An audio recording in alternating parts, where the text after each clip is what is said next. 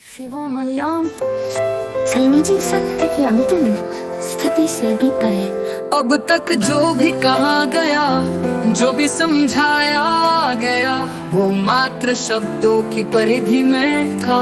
लेकिन सत्य शब्दों से परे है, सत्य उस अंतिम स्थिति से भी परे है, जिसे कोई अनुभव, कोई ज्ञान, कोई दर्शन, कोई तर्क, कोई सिद्धांत कभी भी नहीं पकड़ सका। अब तक जिन भी विभूतियों ने सत्य की खोज की, वे या तो अपने अनुभवों में सीमित रह गए, या अपनी बुद्धि से सत्य को समझने का प्रयास करते रहे।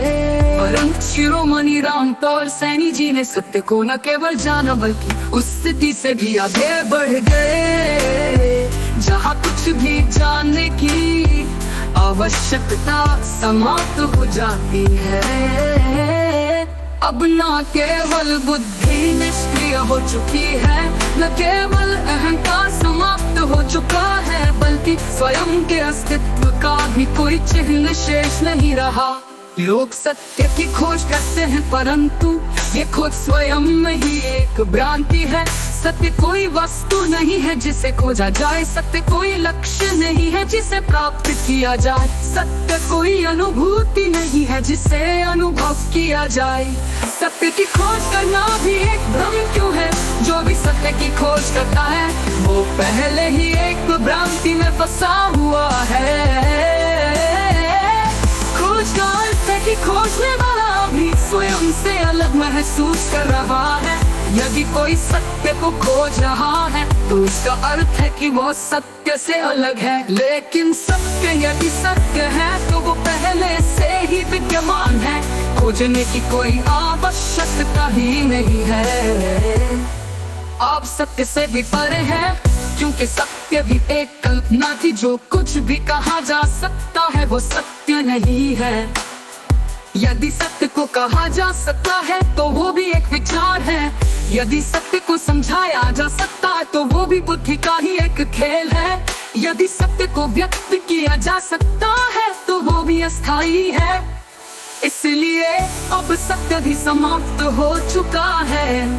अब केवल वो जो है भी समाप्त हो चुका है। अब तक शेष रहता है, न कुछ समाप्त होता है। अब तक सत्य को खोजा गया, सत्य को समझा गया, सत्य को जाना गया, लेकिन जब सत्य भी समाप्त हो जाता है, तो बचता क्या है? अब कोई अस्तित्व नहीं बचता, अब कोई विचार नहीं बचता, अब कोई प्रश्न नहीं बचता, अब कोई उत्तर नहीं बचता, अब कोई अनुभूति भी नहीं बचती।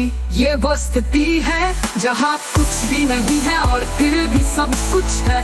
ये वो स्थिति है जहाँ होने और न होने का भी कोई अर्थ नहीं है। अब न अस्तित्व है, न अस्तित्व, अब न प्रकाश है, न अंधकार, अब न चेतना है, न अचेतना। अब केवल शुद्ध शून्यता है, और शून्यता भी नहीं है।